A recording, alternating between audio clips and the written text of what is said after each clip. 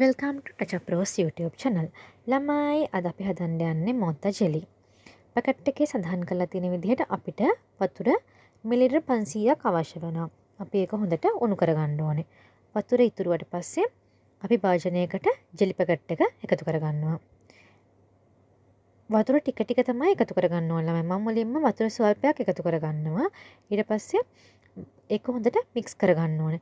මොකද ඒක ඉක්මනට කැටි ගහන්න බලනවා. ඒකෙන්ද අපිට ඒක දිය කරගන්න ඕනේ. හොඳට හැන්දෙන් කූරු ගන්න ඕන ළමයි. ඒක හොඳට හැන්දෙන් කූරු ගාලා දිය වුණාට පස්සේ අපි ආයේ ඉතුරු වතුර ටික එකතු කරගන්නවා. ඉතුරු වතුර ටිකත් එකතු කරගත්තට පස්සේ ඒකත් හොඳට මිශ්‍ර කරගන්න ඕනේ. මිශ්‍ර කරගත්තට පස්සේ අපි ඒක නිවෙන්න තියන්න ඕනේ. ඔයාලට පේනව නේද? ඒකෙන් දුම් දානවා. ඒක හොඳට නිවෙන්න තියන්න ඕනේ. පැයක් විතර මම නිවෙන්න තිබ්බා. ඊට පස්සේ ඔන්න අපි ඒක ෆ්‍රිජ් එකට දාන්නයි යන්නේ. ළමයි මේක දාන්න ඕනේ ෆ්‍රිජ් එකේ යට තට්ටුවට. වැරදිලාව ඩීෆ්‍රිජර් නම් දාන්න එපා ළමයි. ජෙලි කන්න වෙන්නේ නැහැ. ඔන්න පැය දෙකකට පස්සේ මම ෆ්‍රිජ් එකෙන් එළියට ගත්තා. බලන්න ඒක හොඳට සෙට් වෙලා තියෙන්නේ.